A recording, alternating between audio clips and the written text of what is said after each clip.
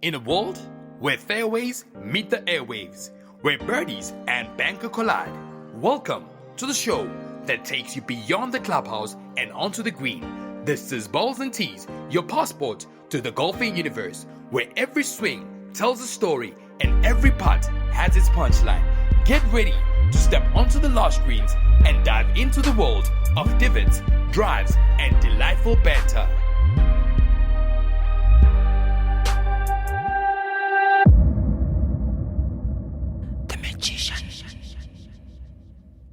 All right, ladies and gentlemen, it's the one and only magician, Tony Tones. You know I'm a classic man, a boy with a lot of flair. I'm out here at Encore Restaurant and Champagne, individual in the mining industry. I'm a metallurgist by profession and a self-employed individual. So we've been chatting quite a lot of air, but I will definitely make that he reintroduces himself so that you guys can know who I am.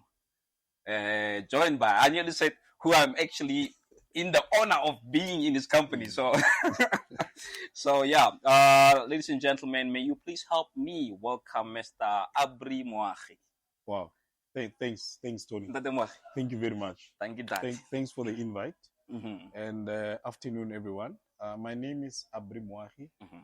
I hail from a rural village in Mpumalanga. Mm-hmm. We are actually at the border of Limpopo, Gauteng, and Mpumalanga. A village by the trilogy. Yes. It's like a trans-frontier. Yeah. Similarly to certain corners of Kruger, where you've got Mozambique, you've got South Africa and Zimbabwe. 100%. So our village is situated in a similar fashion. Mm-hmm. The village is called Panko. Mm-hmm. I was born, bred, raised there. Yeah.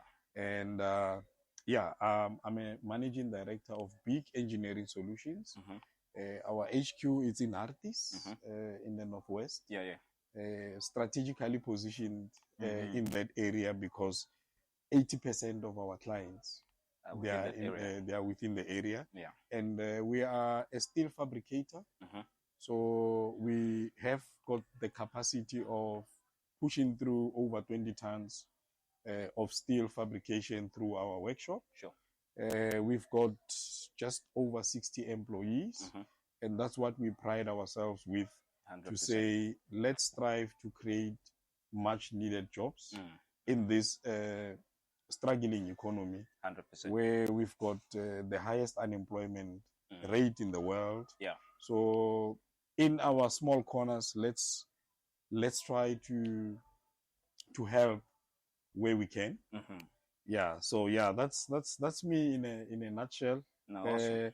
Married with two beautiful daughters. Lovely. And it's a women's month, so hence I tried to get something pink. Oh, lovely. Yeah, I didn't read into it actually. Yes, to honor a lovely women's month, and coincidentally, it's also my mother's birthday. Unfortunately, she passed on 2016. She was 72 by then.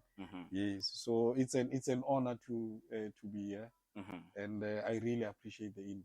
No. We are really honored, Mr. Mahi, and I have to say, it's quite interesting to see someone who's passionate about development as a whole, whether economic, whether it's social development.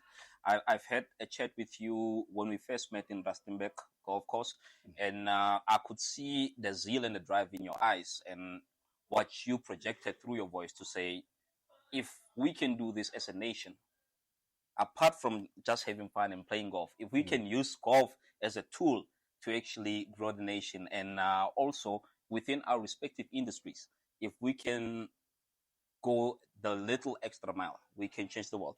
So right now we've been chatting offline. I think we've said quite a lot of things offline, and I think our audience out there needs to hear some of the stuff that we discussed, because for me, as much as we are on the 19th hole and we're enjoying ourselves and we want to catch up about golf, I think it's always imperative for us as individuals to discuss some of the burning issues within the country. And hence why today I had to kidnap you or hijack you and say, Mr. Mahi, I need you, please, because you are well vested in understanding there are socio-economic factors that affect both local and national government, as well as from an international sphere. So I just want to say once again, thank you, thank you, thank you. Thank you, yeah. And thank you to your family for allowing you to join us on a Sunday. Sunday it's a very beautiful day to spend with your family. And I believe everyone out there would share the very same sentiment. So for you to steal your time and come and join us out here at Encore, I want to say thank you. Thank you. I believe we're going to have a very interesting chat. So, ladies and gentlemen, as you know, this is the 19th Hole Chronicles by Balls and Tees in association with Encore. Encore has given us the home. It's a beautiful place. And I just want to say today, you will know the truth about golf. You will know the truth about the economy. Right? So, Ntadema, my leader, you've played golf for quite some time. yeah. Right? Maybe not as long as you would have liked to, but I think the most important thing is just to say, in your space, a family man, a father, a boss to those working under you, and as an individual, right? When it comes to time management, how crucial is it in your life, in your setting? Look, it's actually not a challenge, but exciting, because time management teaches you to be more responsible and to manage yourself better. Remember, if you cannot manage yourself as an individual, how would you be able to manage the third person? That's true. So it's you only have 24 hours in a day. And you need to rest well so that you have energized to take on the tasks of the following day. That's true. But you cannot achieve that if you don't plan properly. So you need to plan properly to say, in my day, tomorrow it's Monday, where am I starting? What are the low-hanging fruits? What are the challenges? How do I plan my entire week? And obviously, in life, we plan, but there would always be disturbances. It's not cut in stone to say if you plan, things will go the way you would want them to. 100%. But we personally, I try to plan my days, and I always leave a bit of room to accommodate anything that might come. 100%. In between.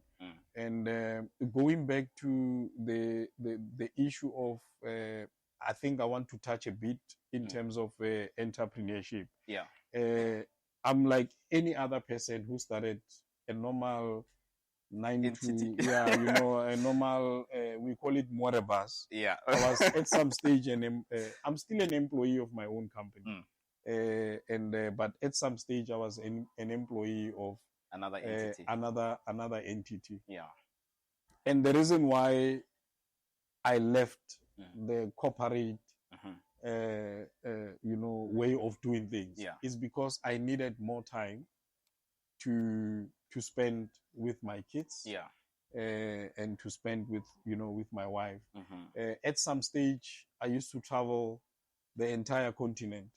Sometimes I would land Sunday morning and I'll be in the next flight Monday morning. So you don't really have the time to check up on your people. And my firstborn daughter, she was still very young. And I think I missed the better part of her upbringing. Because I was traveling a lot. And when my second daughter was born, that's when I realized that I'm going to actually lose precious time as well. And 2015, that's when we actually registered our company in 2013, and we strategically left. I've got other two directors, Kialebo Haseneka and Begitemba Nkosi. So we're running the company together. And running your own company, it also gives you, when my daughter is playing netball midweek, I've got the luxury and the time to say, I'm going to cheer her up. 100%. I'll be on the touchline, and obviously that we've seen it with our counterparts, especially our white brothers and sisters. You always see them at school, encouraging their kids to be the best. You never know. 100. You might find that your child is gifted in athletics. Yeah. You look at Tatiana. Yeah. And you look at the history where she started swimming at a very, very young age. That it was nurtured. Yeah. Your Tiger Woods. The father had a vision. Yes. And he channeled Tiger to play golf. He's doing the same with his son. Hundreds. So I think it's also that much important for a black child to be nourished, to be encouraged. That's true. But unfortunately, it's not everyone who would have all the time or the luxury to do so. Because at the end of the day, we all need to put food on the table. That's true. And I like the fact that you sacrifice something with a bigger picture to say that I need to start investing my time in something that's very close to my heart. Because if we are to be truly honest and vague,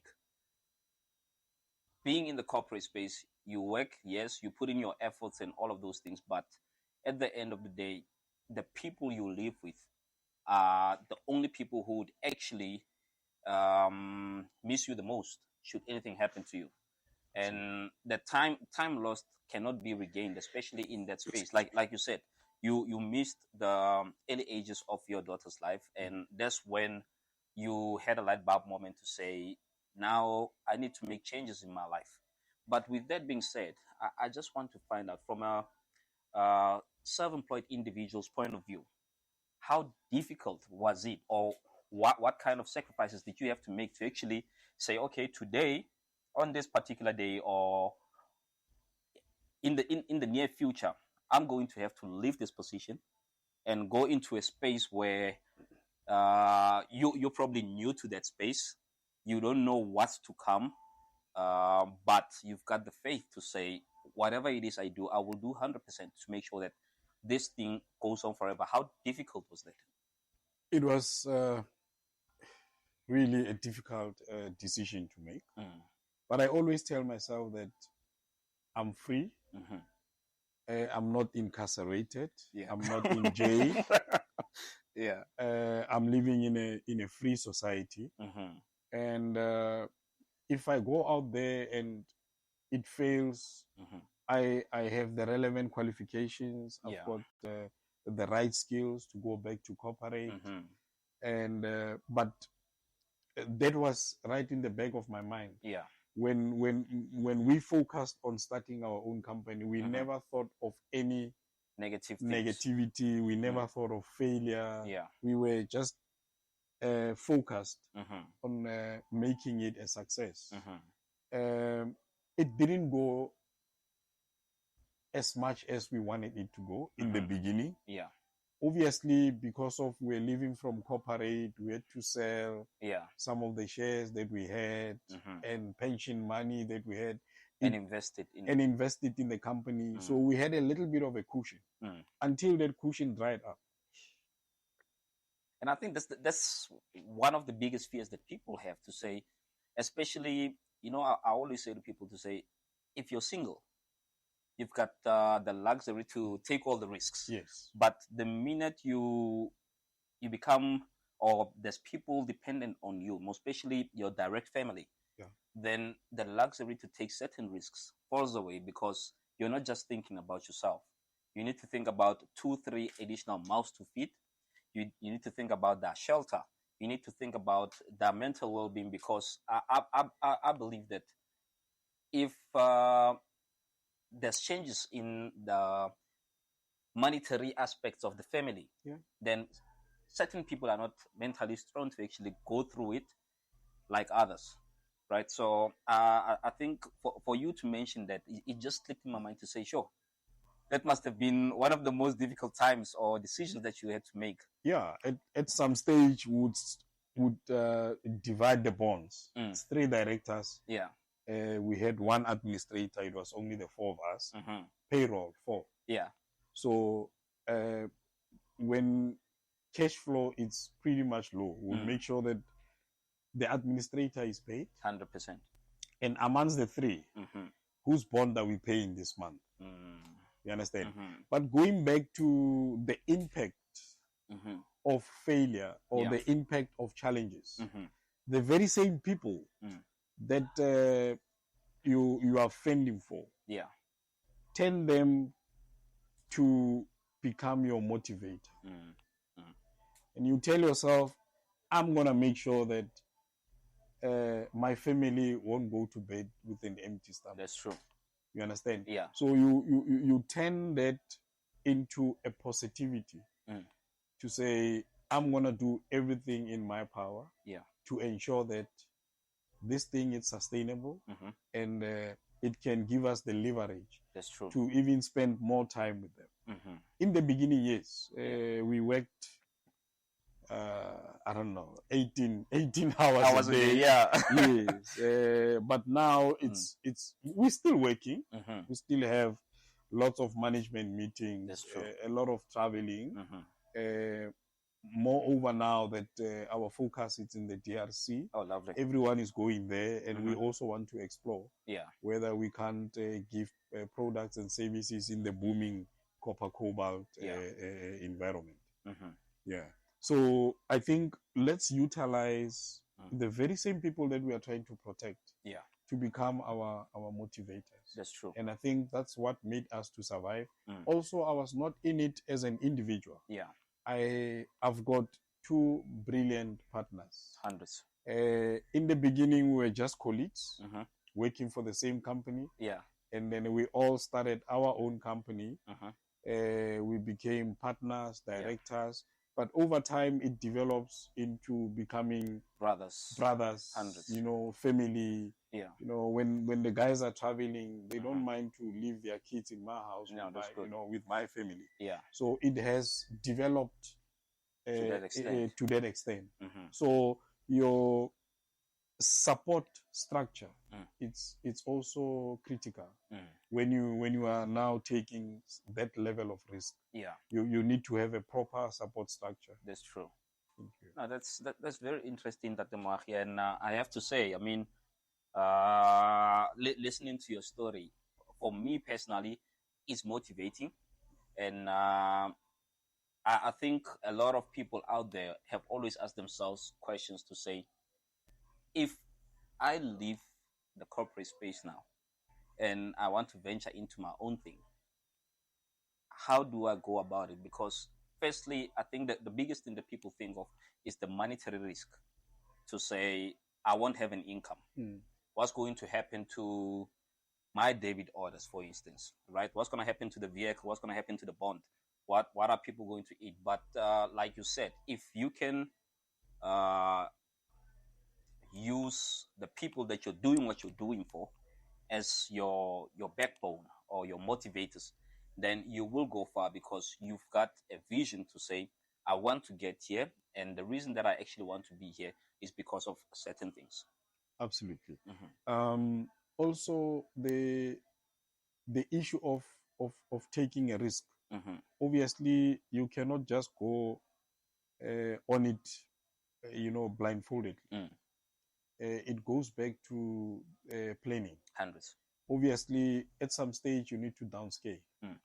I used to have a nice motorbike. At some stage, I had to sell that motorbike. You need to now downscale and prioritize how you spend your money. Hundreds.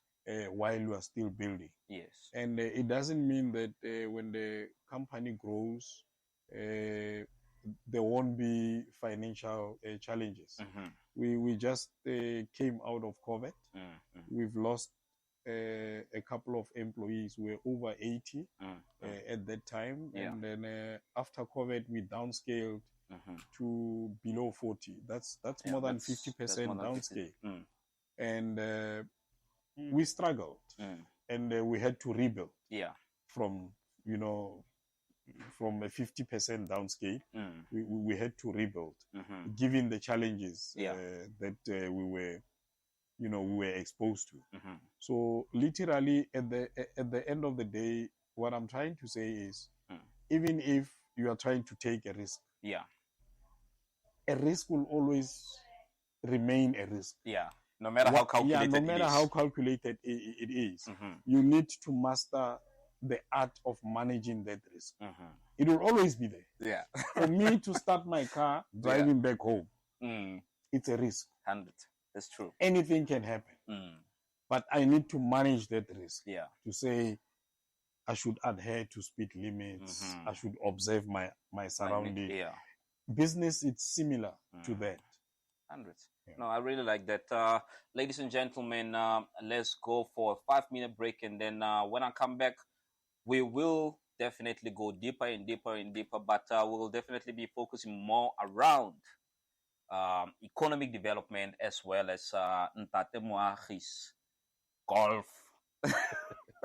Golf life. I think we all got an idea of his background to say how did he find himself where he is as one of the managing directors for Big Africa Engineering Solutions. So let's take a 5-minute break, and then when we come back, we're going to get back into bigger news. The Magician.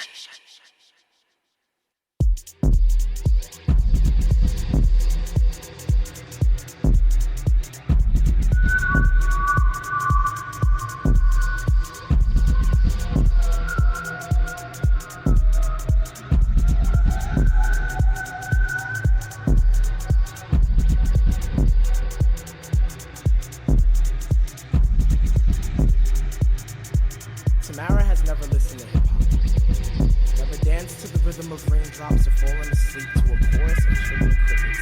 She has been deaf for as long as I've been alive. And ever since the day I first turned 5, my father has said, Joshua, nothing is wrong with tomorrow. God just makes something different. At that moment, those 9 letters felt like hammers, swung gracefully but unholy hands to shatter my stained glass innocence into shards that can never be pieced back together or do anything more than sever the ties between my sister and I waited with patient numberless years, anticipating the second her ears would open like lotuses and allow my sunlight senses to seep into her insides, make her remember all of those conversations we must have had in heaven back when God handpicked us to be sibling souls centuries ago. I'll still remember her 20th birthday. Readily recall my awestruck 11-year-old eyes as I watched deaf men with all ages dancing unison to vibrations of speakers booming so loud that I imagined angels chastising us for disturbing their worship with such beautiful blasphemy. Until you have seen a deaf girl dance, you know nothing of passion. There was a barricade between us that I never took the time to destroy. Never even a moment was to pick up a book and look up the sign for sister, for family, for goodbye. I will see you again someday. Remember the face of your little brother. It's only now I see that I was never willing to put in the extra effort to love her properly.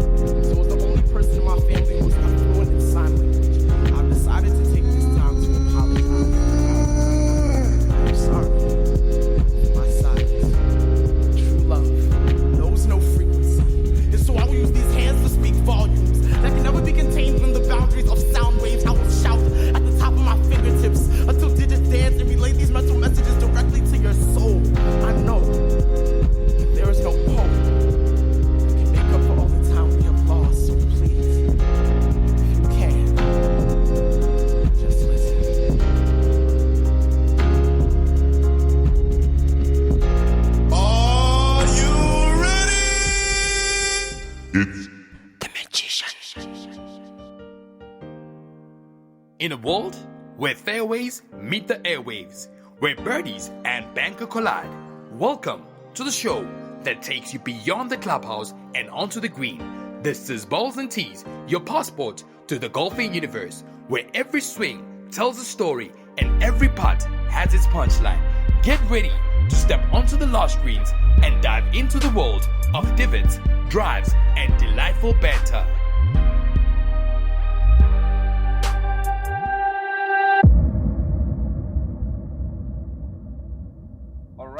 ladies and gentlemen, welcome back to the one and only 19th Hole Chronicles. This is the one and only Tony Tone, the magician, as you already know. If you don't know me by now, I don't know where you've been hiding, because when we talk about golf podcast, we're talking about balls and tees. We are live on Wednesdays, 6 p.m., and then we are live on Sundays from Encore Champagne Lounge in Pretoria, East Water Glen Shopping Center at 3 p.m. So if you are around the area and you love your golf, please make sure that you give a shout out to us, and then we will be glad to host you and have a conversation with you.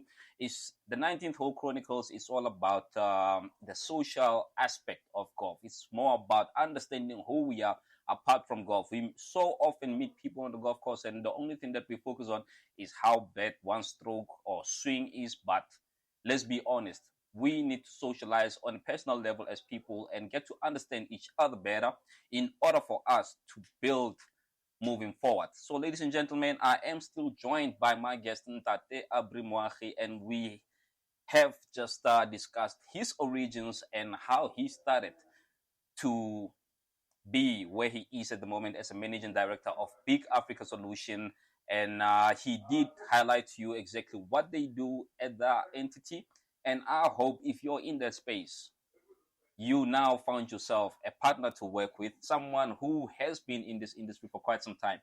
So we're getting back into the matters. As I said, once we come back from the break, we'll be talking about Ntate Moagi's golf. And he laughed at me. Right? And then if there's anything that I've noticed that's very dear to Ntate Moagi, it's development, whether social development or economic development. And that's something that I actually want to discuss with him, to say, how do we as a nation drive this forward to make sure that the upcoming generations have a legacy to fall onto? Because we as a nation have been through a lot when it comes to South Africa, from the Anglo-Boer Wars all the way to apartheid, and then COVID, which was one of the hardest battles because COVID was affecting everyone worldwide, and it changed the economic sphere. So, Ntate Moagi, once again, thank you. And then, let's get into things, Ntate Moagi. Thanks, my brother. Golf. where do we start with golf? How did you find yourself in the space of golf? And I think the most important thing is to say, what has it done for you? Yeah, that's a very interesting question. Mm-hmm. I was introduced to golf by my cousin brother. Mm-hmm. He's one of the best orthopedics in the country. Oh, lovely. Yeah, Dr. Tabani Moafi. Mm-hmm. So every Wednesday, it was his like a tradition. Every Wednesday would be in Rustenburg golf. Yeah, and I used to go with him. And I realized how golf would make you to meet a lot of people. Hence, they would say it's a business networking kind of a sport. And that's how I developed the interest. And I had bought myself very old clubs, go to the driving range without anyone teaching me how. And I lost interest. I packed it. Yeah. And in the past 3 years, when the company is starting to gain momentum, and I get to see a little bit of more time to myself, I gradually went back. Oh, lovely. To golf. And that's how it started. But over and above that, I know it's a very cruel sport. You'll have your good days. Yeah. And next weekend you'll have your worst days. Yeah. And you ask yourself, why am I punishing myself? Can't I do something better? 100%. You know, yeah. So I find it very much interesting. I've met a lot of people playing golf. Yeah. And currently I'm involved in a very interesting project. It is next door to Dinokeng Game Reserve. Oh, yeah. When you leave the northern, actually it's the northeastern part of Hammanskraal. Yeah. So I'm a member of the Hamashum Matlala CPA. I'm a committee member there. Okay. And we are involved in a project of developing the first 18-hole golf course that that will be the first 9 holes. It's right in the bush. Okay. But coming back with the last 9, you'll be playing along Ras Diventer Dam, which is one of the cleanest in the country. Wow. It dams the Eland River. So it's a pristine piece of land. Hey, I wonder how much one round of golf would be there. Look, the good thing about the golf course that we are busy developing is that it is 100% owned by the community. Lovely. So we work with a company called Fert. They are the developers. Okay. They bought 400 hectares in our land. Yeah. And the community is left with 2,000 hectares. Okay. So we still have room That's quite a lot. to develop the land. Yeah. But the entire vision of the entire development is to at least produce another Retif Gosen, which is beautiful. Big Easy within our region. Yeah. I'm 45 years old now. I can't make it. Even if I can practice 24 hours, I won't make it. But my vision is in the next 10 years, there should be a professional That's true. coming from our region, representing the country. Yeah. Like today, we've got 2 guys playing in the final day of the Olympics. I just wish them well. So it's like I said earlier, you need to plan. Hundreds. So it's part of our plan. Yeah. To say in the next 10 years, we need to there should be either a Leaf Golf, a registered professional, or a PGA tour registered professional coming specifically from that region. And how can you achieve that? You need to develop and allow the resources to help those in need. That's true. So obviously, the money that will be generating from the golf course will have golf clinics to help those who can play golf. We are also developing bicycle trails. Oh, lovely! And walking trails. So we want to hype a level of activity. That's true. I mean, in Dinukeng Game Reserve, you can only do is to watch animals, game drive, and then what do you do after that? You just sit. You come to our place. You would go to the clubhouse if you don't want to play golf. And look at the scenery. That's true. The beauty of our land, overlooking Ras Diventer Dam, animals roaming. Or you can, go to our driving range. Or register to play either 9 or full 18-hole. That's true. Course. That's very. I have to say something. I mean, I'm glad that I got this opportunity to have a chat with you about this, because it's not every day where you find an African individual being part of a committee that develops a golf course and being a crucial member of that project. I think what you are doing, along with all the involved parties, is quite beautiful, considering that when people think of Hammanskraal, socio-economically, people will always think it's just a township. But to bring such facilities close to the township, I think that's something very, very impressive. And to ensure that there is an increased level of activity. I mean, you're talking cycling. If we look at where we are worldwide at the moment, we do not have a lot of activities, right? People go to the 9 to 5, come back, you go home. You don't even have the time to actually exercise. You don't have the time to even prepare a proper meal. So you end up eating junk food. You end up doing all the wrong things that will harm you. So for you guys to actually visualize it in a way to say that we want to increase activity, you're not just developing that infrastructure for the sake of saying no, we are doing something for the community, but you're also helping save people's lives, and you're also creating a culture of being active.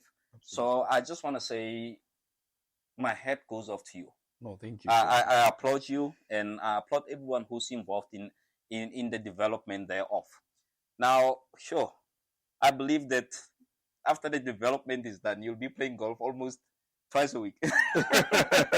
Yeah, we'll try to do that. But at the end of the day, we would want to. I tell people that we want to create our own Orania. We want to create our own economy. Yeah. I would be glad to see that we can cut unemployment by 60% in our area. 100%.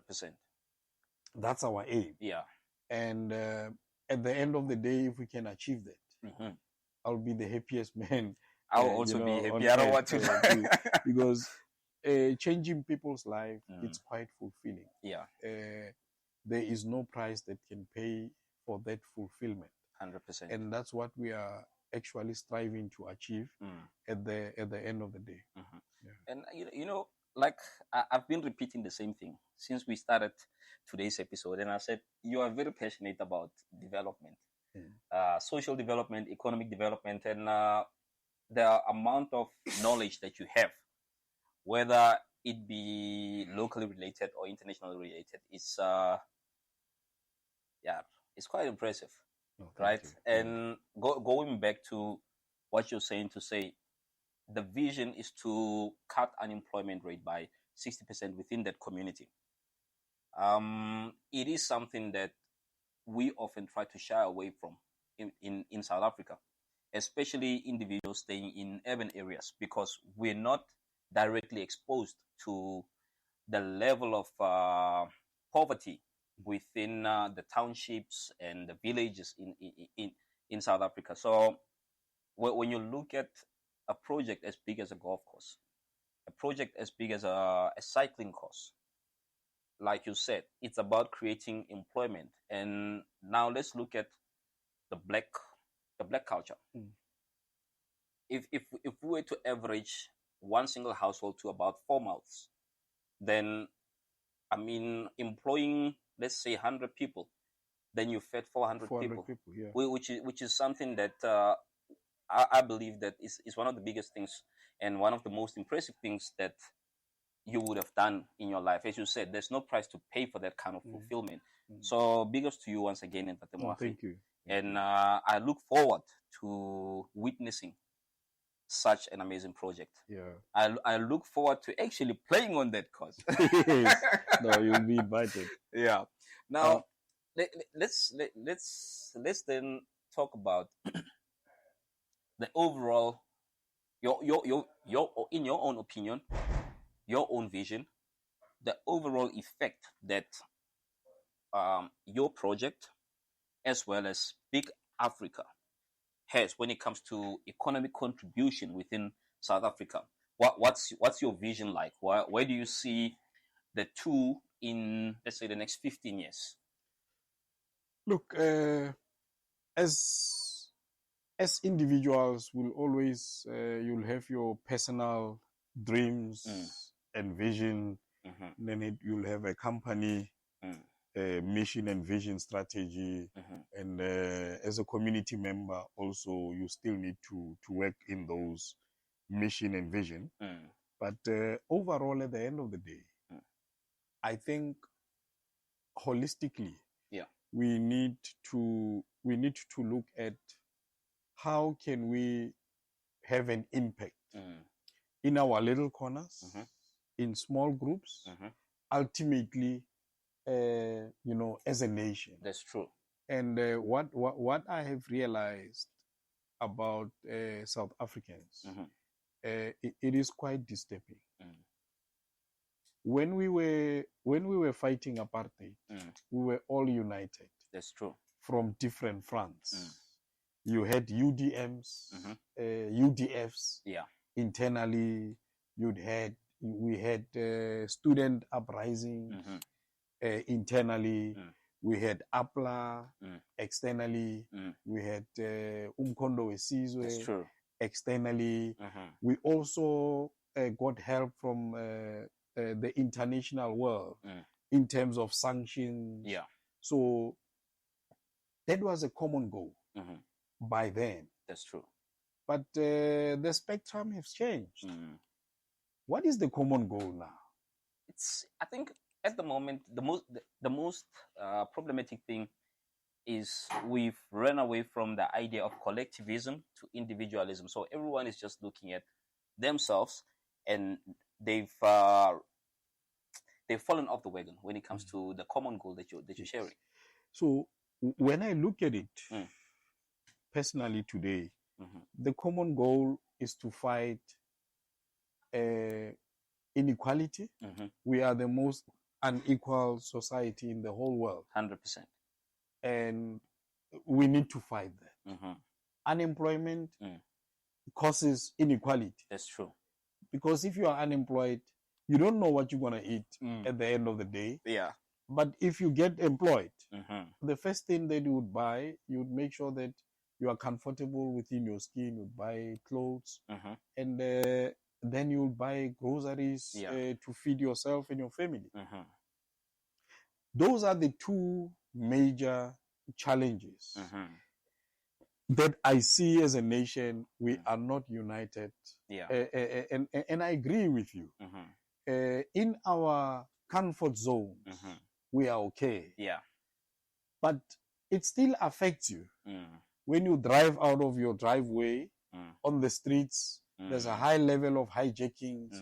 There's a high level of car jamming. Yeah. It still affects you. That's true. Whether you turn a blind eye or whatever. I mean, you're still part of it. You're still part of it. Yeah. I mean, gender-based violence.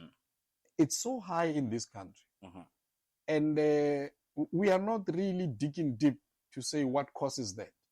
Some brothers are unemployed. That's true. They feel less of a man. Yeah. They are frustrated. They've got high level of stress. You know, and they end up doing things that they're not supposed that are inhumane. Yeah. That's so true. So we need to look at this challenge holistically to say, for instance, what is happening now in Nigeria? Yeah. The entire Nigerian nation, irrespective of their religious beliefs, beliefs and divisions. You've got half Muslims and you've got half Christians. Yeah. But currently, because of the cost of living, the levies that it was taken away from them in terms of their own oil, they're hitting into the streets. And the very same government that was elected by them, it's fighting them. Yeah. So it is not only a South African phenomenon or a South African challenge. It's the entire African challenge. That's true. To say, for so many years, Africa is so rich, but why are we not developing? We are the biggest platinum producer in the whole world. Yeah. But also we are the West, when it comes to inequality. Then you ask yourself, and also there's this illusion that you've got the best constitution in the world. How do you put the two on the same sentence? Best constitution in the world, and the highest inequality in the world. True. I mean, really, you don't need to have a master's degree to understand simple stuff. That's true. I mean, it's straightforward. And I will never blame the government. I will blame South Africans. Yes. Citizenry. We are not active. Yeah. We are not active citizens. We're very ignorant as a nation. We are very much ignorant. Like I said earlier, low-hanging fruit. Yeah. Why are we not selling our platinum with our own currency? Why not? Yeah. We are the biggest chrome producer in the world. Why are we not beneficiating at least 80% of that ore that is coming from South Africa? You know, because in that way, they will always need chrome. 100%. The difference is at what stage do we allow them to buy it? We mine, we beneficiate, we add value. Yeah. The more you add value, the more expensive it becomes. That's true. And you selling it with your own currency, it strengthens your currency. Your currency. That's true. Those are low-hanging fruits that we need to start looking at. But the fact that we are not united, at some stage, I looked at South Africans during our former president, Jacob Zuma, hashtag Zuma must fall. Yeah. It gained momentum. It gained, traction. Yeah. And statistically, if you look at Zuma must fall era and look at the unemployment percentage compared to today, to where we are today, we shouldn't be in our houses. We should be sleeping in what you call a union building. Yeah, that's very true. But due to propaganda and what we are fed in the media, we tend to lose focus. I would urge South Africans out there, let's open our eyes. Let us be active. That's true. Active citizenry. Let us, we must question. True. 100%. We must question decisions that are taken by our leaders. Yes. Across the board. I don't care from which political parties are they coming from. Yeah. But whatever decision that they make that will have an impact in our lives, we need to question. We need to question 100. it. It's and we should start teaching that in all the corners, in all the the cycles of our lives. That's true. To say, let us be, intervenes wherever. Let's talk patriotism. Let's love our country. And if you love your own country, the decisions and your actions. 100. Like, if I love my country, I won't drink a can of a soft drink in my car and throw it out of the window. Yeah, that's true. That's patriotism. If I see it where I walk, I'll pick it up and put it in a bin. Cleanliness is next to godliness. 100%. You understand? So those are some of the things that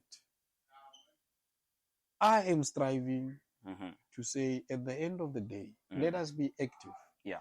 And active citizenry doesn't mean you have to belong to a particular political party. That's true. Or whatever. Be an active member in your street committee. Yeah. Be involved in other sections, especially in Pretoria areas. They've got whistles. Yeah. In their houses. If something goes wrong and you hear that sound of a whistle, you know that there's an intruder or something is not right. 100%. And community members from the streets, they start flocking into that house. You understand? Imagine if we can do that as a country. How far can we go? No, definitely. And I really like the fact that you pointed out a few things. One major one for me being not being involved enough. And it makes me raise a question in my head to say, things have changed. People have lost the essence of collectivism. People have lost the essence of fending for their own lives. And when I say this, I'm talking about just merely reading something constructive. Yes. And unfortunately, it's said that we are in an era where there's a lot of noise. And when I'm talking noise, I'm talking social media. So there's a lot of irrelevant information that's flocking the internet. And people have tended to turn a blind eye on what matters. And because we saw so much of a depressed nation, we've ran away to just looking at the entertainment side, which then takes away the essence of saying, what's happening, what like you said, the decisions being made. Why can't we question them? Because I believe that as an individual, you're not just doing things for yourself. You need to do things that will last a lifetime. You need to do things that will become generational. So whatever political or constitutional decisions are being made at a higher level, why can't we just take a few minutes of our time a day and then just read up on what's happening worldwide, right? What's happening worldwide, so that we can make better informed decisions, but not just for ourselves, for those coming behind us, because in essence, we won't live forever. Yes. But the country will always remain, and there'll be people coming afterwards whom we fought the battles for. But if we're not fighting with enough equipment being information and knowledge, then what's the cause? Absolutely. I fully agree with you, Tony, in terms of what are we feeding our nation with. During state capture, there was a company in the UK called Paul Pottinger. I don't know if I am pronouncing the name quite well. They confessed to say, we were paid to plant the white monopoly capital slogan, and that's propaganda. That's true. Yeah, 100%. Well crafted, properly manufactured, and well executed. That's true. And what you are saying now with our social media, we are feeding our people with jokes. There's nothing wrong. Yeah. There are other people who have managed to make comedy their career. That's true. Your Trevor Noahs and other, but on a day-to-day, what's the point of laughing the entire afternoon, but tomorrow you don't know where you're going to work? Yes. Or you don't even know where you're going to sleep. Absolutely. So we active citizenry doesn't mean you have to have money, you have to play golf, or you have to rub shoulders within your own street. Let's have that frank conversations amongst ourselves regarding our future. 100. And slowly but surely it's gaining momentum. Yeah. You saw what happened in Kenya, where even a tax law was reversed by Ruto. You understand? Yeah. That's active citizenry in action. Yeah. But in South Africa, for example, I'll give a typical example. Inflation targeting has never worked. But it still continues. For the past 30 years. So if you keep on doing one and the same thing and expecting different results, that's madness. Absolutely. That's madness, yeah. Why are we not questioning that? Why are we not questioning that? I mean, the cost of living now, electricity went up, food basket price went up, everything is too expensive. Yeah. But why are we not questioning that? Why? No, that's true. During COVID, we understand. Yeah. We understood that the circumstances are different. But look at the prices afterwards. Pre-COVID and post-COVID. During COVID, they went skyrocket high, but they never came down. We should ask ourselves such questions. Why? 100%. I mean, interest rate, they left it for the past, 4 or 5 meetings. Why are they not dropping the interest rate? Remember, when you drop interest rate, you are putting extra 400 rands in my pocket. Yeah. What do I do with that 400? I buy additional extra stuff that I wouldn't have seen as priority back then. And what it does, it opens up the economy. The economy again, yeah. It gives me a little bit of room to spend. That's true. Next week, some of the schools are closing. But when you look at the budget, I cannot afford to go to Kruger. But if there's 25 basis points dropped or 50 basis points dropped, it's a huge difference. I'll have at least 1,000 or 2,000 in my pocket. Then I can take my kids to Kruger and spend a week. And when I get there, I spend. Yeah.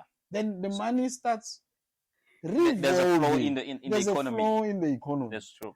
And I think that's one of the things that, unfortunately, we are not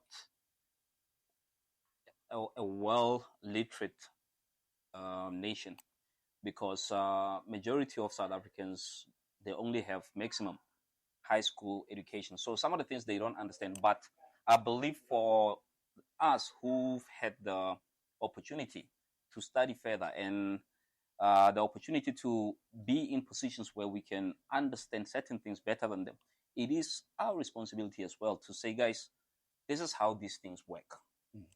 Because Kastswana bare bo oja wo sale mates, meaning that if you can start developing someone, transfer of skills. Yeah, transfer of skills. We do that so that even in their own personal spaces, they can have food of thought to say, I had a discussion with Tony. This is what he said to me, but I didn't understand initially. He simplified it for me, which makes sense. What am I going to discuss with my friend or my family tomorrow? Because they need to understand this thing as well, to understand what's happening in our economy, what's happening within the health system, what's happening in the political landscape as a whole, which is very sad. And it poses questions to me to say, where are we heading? As not just as a nation, but I think as Africa, where are we heading? Because on a daily basis, we lose our IQ. Our IQ is reducing, and our EQ is also reducing because, like you said, gender-based violence. With inequality comes frustrations. With unemployment comes frustrations. People are hungry. People, when they get hungry, the only resort for them is violence. Absolutely. Right? That's unfortunately, that's the action-reaction chain. And that's the reality. You know, just to come in there, Tony, you know, we call it self-hate. And I'll give you an example. If you go to the United Arab Emirates, and I would love to encourage people out there to travel. Yeah. You don't need to sleep in a 5-star hotel. You know, you can sleep in a bungalow. Yeah. Backpacking is the cheapest. Yeah. You know, backpacking, you pay in South African rents, you can pay 120 rents a night. That's nothing. You understand? And the more you travel the world, is the more you open up to different environments, different scenarios. If you go to the United Arab Emirates, extremely well controlled in terms of the influx of foreigners into their country. They don't have human capital themselves. Yes. But what they have mastered is to attract the best in the world to run their businesses. I'm not sure if the current CEO of Emirates is still the one that I knew. When they started upscaling Emirates, and they drove it to become one of the best in the world, but I think it lost the status. The CEO was a former CEO of British Airways, where Heathrow, in its heydays, used to be the biggest airport in the world. And Dubai Airport, when he left, he actually took skilled people who made Heathrow what it was back then to come and uplift Emirates. And now Emirates, it is engraved in each and every person's mind. That's true. You switch on TV, they are sponsoring. You watch tennis, they are sponsoring. Almost 80% of the sporting codes. But let me go back to my point. What they've mastered is they would know who is in their country and what they do in there. 100%. That's true. You should be employed. And when you get there, they also give you, it's like an ID. But it clearly defines your status and your purpose in that country. If I work there and I change address without letting the authorities, you are in trouble. Makes sense. You understand? Now they are tapping into human capital, human resources. Yeah. They take a lot of people from India, Pakistan, Africa, globally.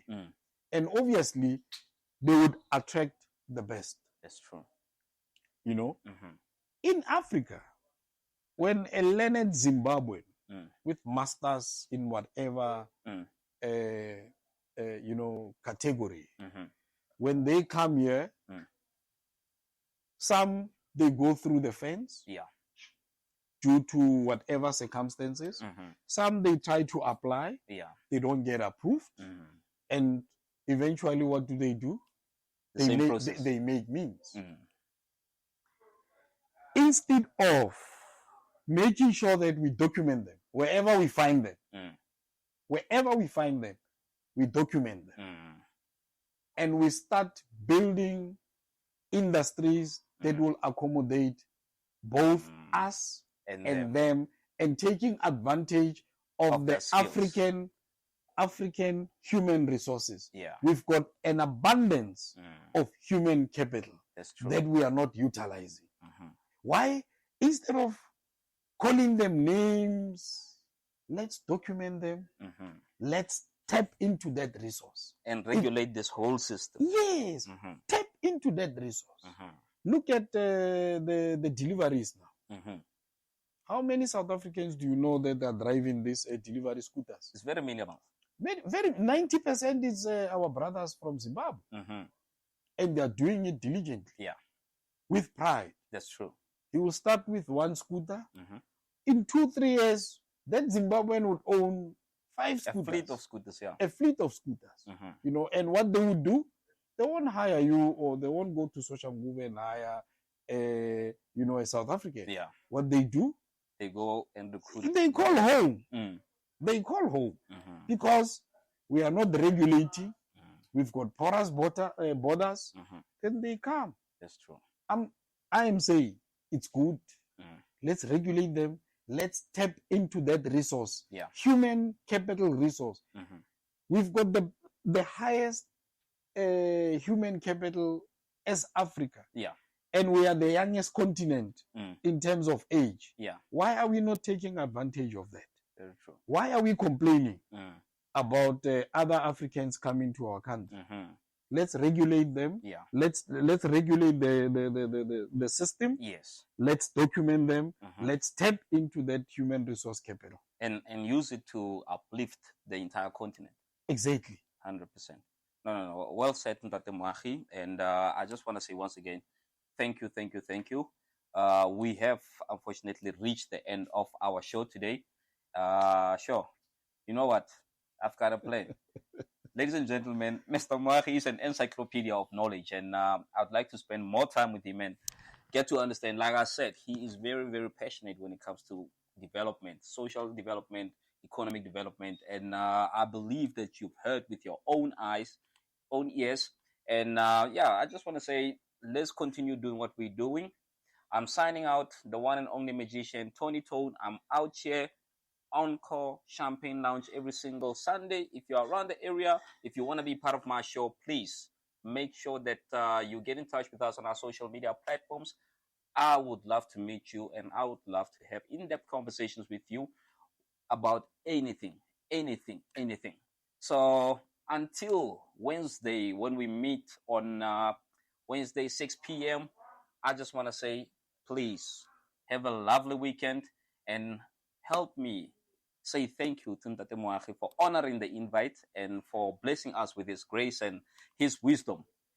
Ladies and gentlemen, up until I see you, I just want to share something with you again. Remember the Steve Biko Golf Day is taking place on the 15th November at Waterkloof Country Club. If you want to be a part of it, please make sure that you go to Lesibo Digital Golf TV website, and then you can register there. So without any further ado, I just want to say, have a lovely weekend. We will chat on Wednesday.